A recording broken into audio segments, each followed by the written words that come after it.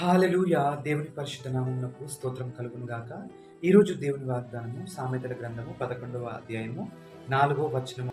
ఉగ్రత దినమందు ఆస్తికి అక్కర రాదు, నీతి మరణం నుండి రక్షించును. ఆమేన్. హల్లెలూయా! అవునండి.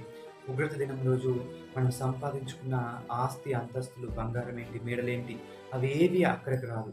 కానీ మనము నీతిగా జీవించినట్టయితే ఆ నీతి అనేది మనల్ని మరణం నుండి తప్పిస్తుందని చెప్పి దేవుని వాక్యం సెలవిస్తుంది. చాలా మందిని మనం చూసినట్టయితే వాళ్ళు నీతిగా జీవించినప్పటికీ ఎంతగానో కష్టపడేవారిగా, ఎంతగానో బాధపడేవారిగా ఉంటున్నారు. కాబట్టి ఈరోజు నేను నీతిగా జీవించి ఏం లాభం? నాకు ఎన్నో కష్టాలు, ఎన్నో ఇబ్బందులొస్తున్నాయి. నేను అనుకున్నది ఏమీ జరగట్లేదు అని చెప్పి మీరు అనుకునే వారిగా ఉంటున్నారేమో. కానీ మనం ఎప్పుడైతే నీతిగా జీవించే వారిగా ఉంటామో, మనము మరణం నుండి తప్పించబడతాము. అదేవిధంగా మనకు దేవుడు ఘనతను, అదేవిధంగా రెండంతల ఆశీర్వాదము మనకు దయచేసేవాడిగా ఉంటాడండి. మనము యోబు జీవితంలో కూడా చూసినట్టయితే, యోబు గారు కూడా ఒక్క దినం అంతా కోల్పోయినట్టుగా మనం చూస్తాం. కానీ తాను తన యథార్థతను, నీతిని మాత్రం విడిచిపెట్టలేదండి. కాబట్టి దేవుడు యోబు గారి ఆ నీతిని చూసి తనకు రెండంతలుగా ఆశీర్వదించినట్టుగా మనం చూస్తాం.